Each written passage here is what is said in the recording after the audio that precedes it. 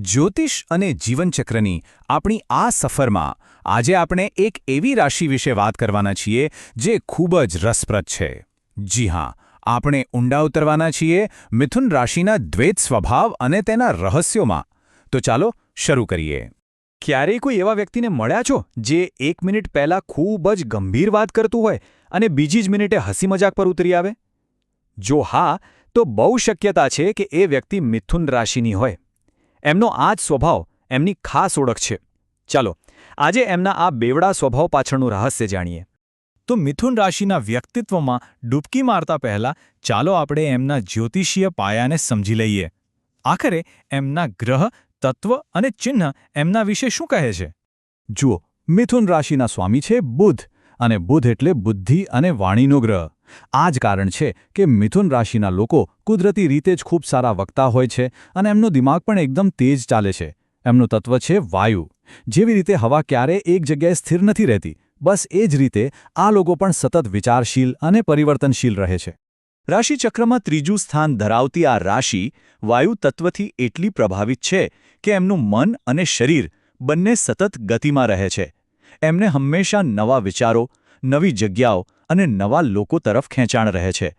સ્થિરતા જાણે એમના શબ્દકોશમાં જ નથી. સારું, તો બુધની બુદ્ધિ અને વાયુની ગતિશીલતા, આ બધું ભેગું મળીને એમના વ્યક્તિત્વને કેવું બનાવે છે?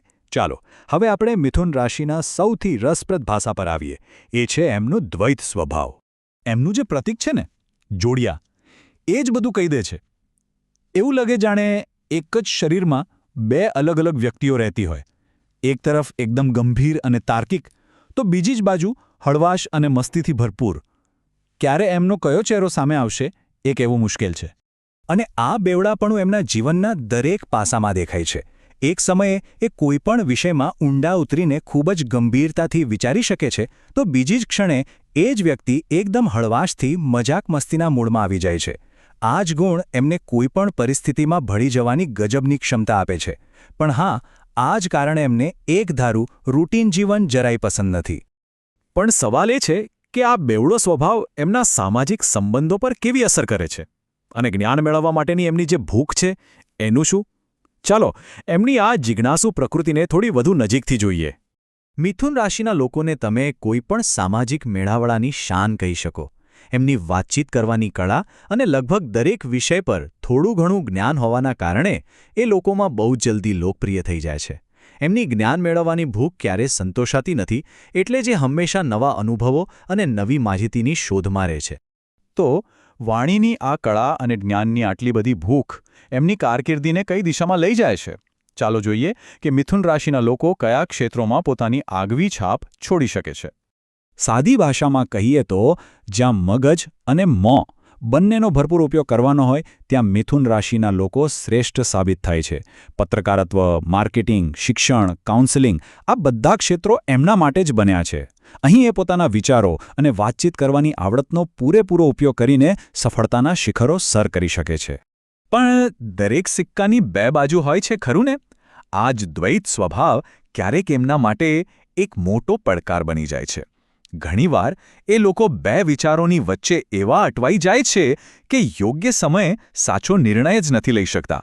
અને આ અનિર્ણાયકતા એમની કરિયરની ગતિને ધીમી પાડી શકે છે. તો પછી આ જે દ્વંદ્વ છે એમાં સંતુલન કેવી રીતે લાવી શકાય?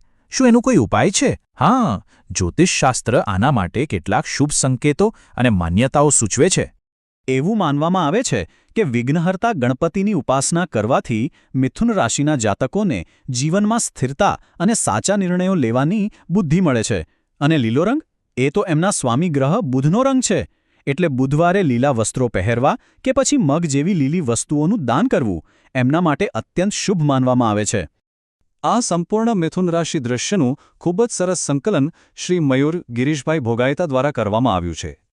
તો આ બધી ચર્ચા પછી આપણે ફરીથી એ જ સવાલ પર આવીએ છીએ કે મિથુન રાશિનો આ જે દ્વૈત સ્વભાવ છે એ આખરે એમની તાકાત છે કે પછી નબળાઈ? શું આ સ્વભાવ એમને બહુમુખી બનાવે છે કે પછી અનિર્ણાયક? આ એવો પ્રશ્ન છે જેનો જવાબ કદાચ દરેક વ્યક્તિના પોતાના અનુભવ પર નિર્ભર કરે છે. આ વિષય પર વધુ જાણવા માટે અમારી ચેનલને સબસ્ક્રાઇબ કરવાનું ભૂલતા નહીં. આભાર.